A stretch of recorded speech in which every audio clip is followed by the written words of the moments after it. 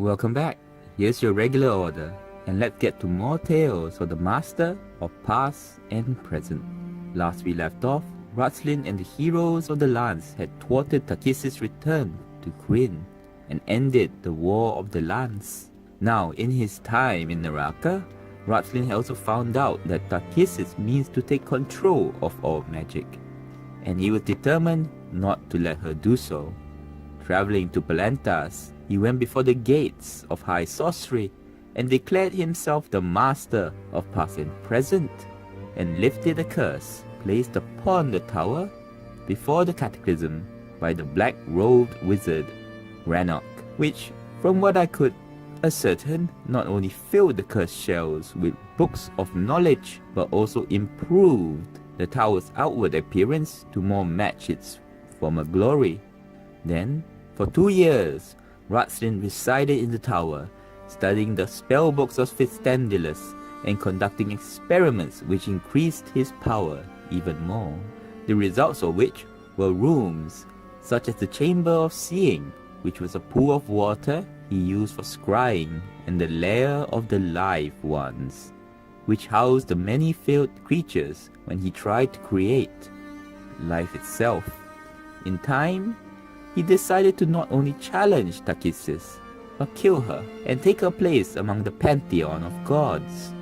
In this period, the unfriendly Raistlin also actually acquired an apprentice named Dalamar the Dark, who was actually a spy for the Conclave of Wizards, who had deemed Raistlin a renegade due to the fact he was not approved as a Black Robe by the Conclave.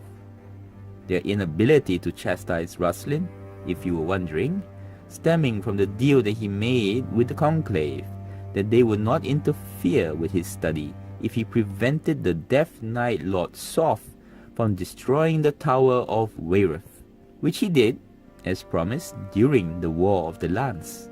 Now what comes next is quite the tale, but again, to save you several gold coins worth of ale, I will focus on the events surrounding our Star Wizard. To increase his power even more, Raistlin needed knowledge lost during the cataclysm, and to most, that would be the end of the dream. But with tenacious effort, Raistlin managed to find a way to travel back in time to the reign of the King Priest. He then sought out the still living Fistandantilus, became his apprentice, and at some point was chosen to participate in a secret ritual which only him and Fistandantilus would be present. Fistandantilus wanted to actually suck out Raistlin's life force to increase his own, but as he began the ritual by placing the bloodstone of Fistandantilus on Raistlin's chest and casting the spell, what he did not know was that Raistlin had replaced the jewel with a fake so that he may learn the spell. After which, the two battled for supremacy, and the result was a victorious Raistlin.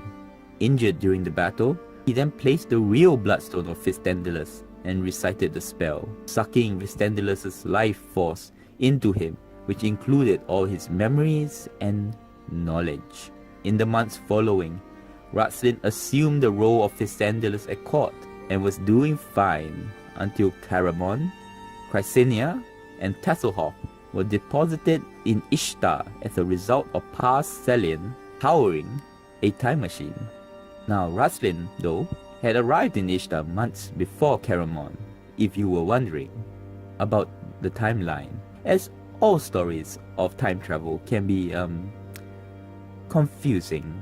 The reason for Parcelian sending Caramon and his friends back was so that they could prevent Raistlin from achieving his goals, and to wake the cleric of Paladine, Chrysenia, from a coma brought on by the Death Knight, Lord Soth, which could only be cured by the King Priest of Ishtar. Unintentionally, the Kender Tasselhoff Barefoot was also sent back in time. The problem for that being that Kender were part of the Grey Gem races, which could affect the past, unlike the other races of humans, elves, ogres, and dragons. This chain of events, though, was predicted by the crafty Raistlin, who actually needed Chrysenia to be able to enter through a portal to the abyss where Takisis resides.